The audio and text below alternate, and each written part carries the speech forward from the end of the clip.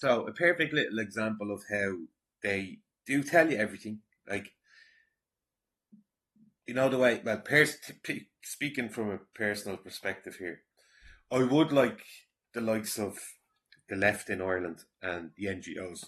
I would like them to admit that when they're out there cheering for Palestine and all, I would like them to admit that if an LGBT person was in Palestine, then they mightn't receive the most friendly of welcomes, if you know what I mean, right? And I think the more people have this information, the more they can come to their own conclusion on it. But it's like with the mainstream here on the left, right? I think this is the BBC. But this lady here is trying to. This lady's called Kemi. I think her name is Kemi. She's a Tory political figure, right, in England. Sounds like she has common sense head on her, but they always mix truth with the lies. They always throw in the truth, but they always surround it by lies, which is what this woman is trying to do. So I'll play it out and then I'll do my usual. Now, you've written this morning about immigration, and you write that we cannot assume that all cultures are equally valid. So which cultures, in your view, are less valid than others? What a bleed opening question. So, right, you believe that not all cultures are equal, right? You tell me which cultures aren't equal. You tell me now which cultures aren't equal. I think it catches her off guard. Oh, lots. Cultures that believe in child marriage, for instance, or that women don't have equal rights. I actually think it's extraordinary that people think that's an unusual or controversial thing to say. Of course, not all cultures are equally valid. I don't believe in cultural relativism.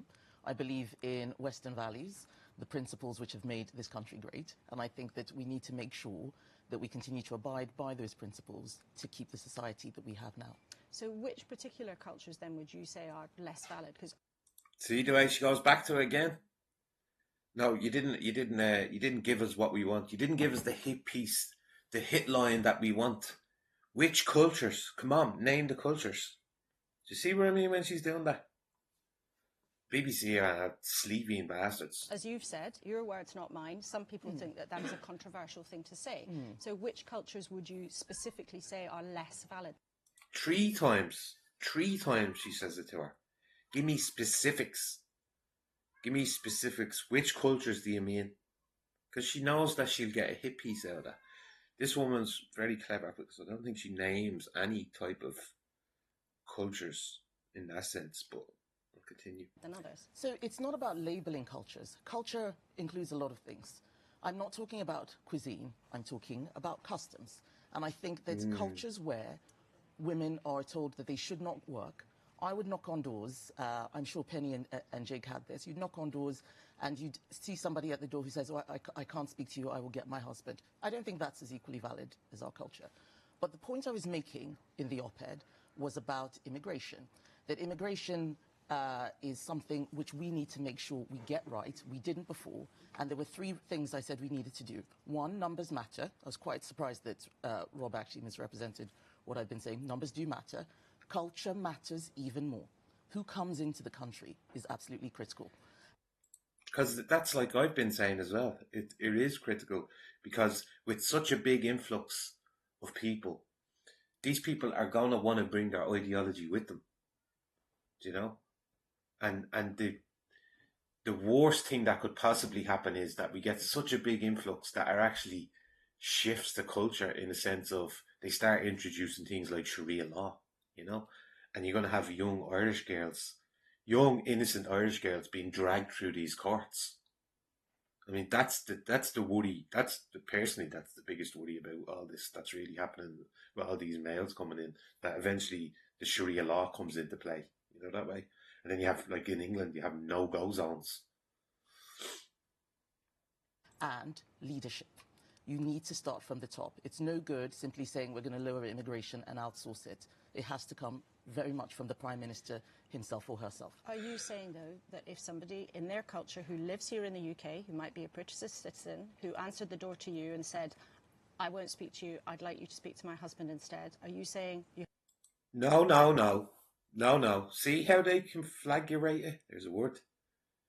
It's not a, a freedom of the woman. We know which culture she's talking about here when she says this. That she knocks on a door, and the woman says, "Oh, you're gonna have to talk to my husband." It's not the woman choosing to let the husband talk. That's what BBC tried to do there with that.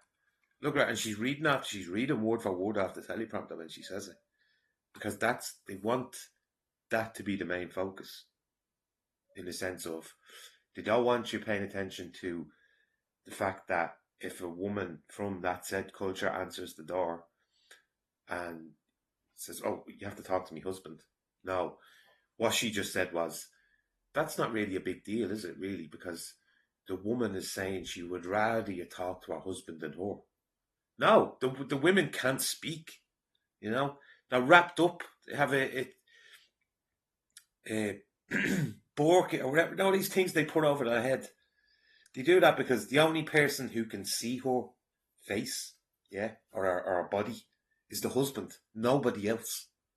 So what do people think of that? What do you think of that? Like, what do the likes of LGBT and all them and the lefties and the NGOs, what do they think of that? They don't talk about that. They ignore it and just want more and more and more flooding. You have said their culture is less valid. Are you saying that people with those beliefs shouldn't be welcome in the UK? I am saying that if we want to have a well-integrated society, we need to make sure that we have a shared culture and a shared identity. This is a multi-ethnic society. That's obvious. I'm a black woman sitting here talking to you. But there is a difference between being multi-ethnic and being multicultural. I grew up in a place that was multicultural, and yet everybody looked the same. Conflict arises when you emphasize difference. We need to emphasize... Oh, there's a line. Conflict arises when you highlight the differences. It sparks a memory in my head of the Frankfurt Institute, who had these studies. People go look into Andrew Breitbart in America. He's dead now. Died of a heart attack while he was running. But he was a Democrat I think he turned Republican in America. But he wrote loads of books and he talked about the Frankfurt Institute.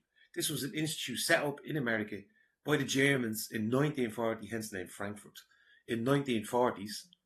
And their whole studies were about differences between one another. So racial differences or racial indifferences, queer studies, the things that they wanted them focusing on. But she said it brilliantly there. I'm just going to go back and do that. Multicultural, and yet everybody looks the same. Conflict arises when you emphasize difference. Conflict arises when you emphasize differences. Wow. Nice one, Kemi. We need to emphasize the things that we share. Being British, British values, the things that we talked about, freedom, equal rights, personal responsibility, not discriminating people because of their sexual orientation. There are some cultures that do that. I don't think that a culture... And she bring that in to back her. Like, I would say that in a sense of, when it comes to the likes of LGBT, they wouldn't live bleeding 10 minutes over in Middle East. Because that's against their culture. Same-sex marriage and all that is against everything that they stand for over there. So, and it goes back to that question I'm always asking. I always wondered how they're going to make it gel, especially here in Ireland. If you have the Rainbow Crew back in Palestine, like that's, what's Letitia often say? It's like turkeys voting for Christmas. That's exactly what it is. And I always wondered, how are they going to make it gel together? It's like too big of a clash in my head. And already in Ireland, we've had homosexuals murdered because they were homosexuals. Like the two lads up in Sligo, killed by that Yusuf Palani fella, who happened to have 300 grand in cash in his house. So these are the real things that we should be talking about. And she handled herself very well. Even though this presenter tried to catch her out 4 or 5 times in that, she handled that pretty well. Even though she's a Tory.